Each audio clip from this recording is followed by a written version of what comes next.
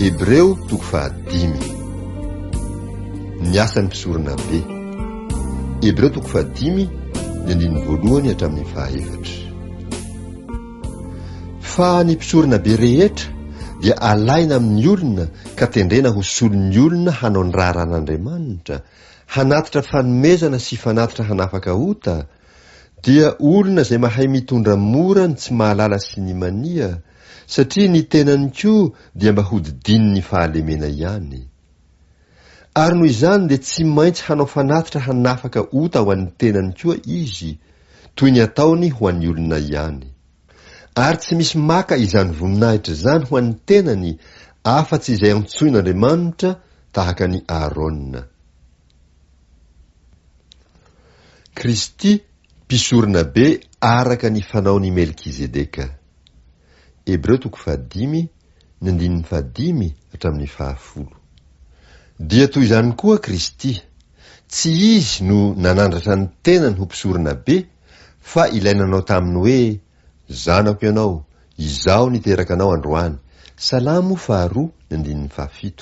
Ary toy ny ilazainy eo amin'ny teny hafa koa hoe: ianao no mpisorona mandrakizay araka ny fanaony Melkizedeka. Salamo 100 ny andininy 4.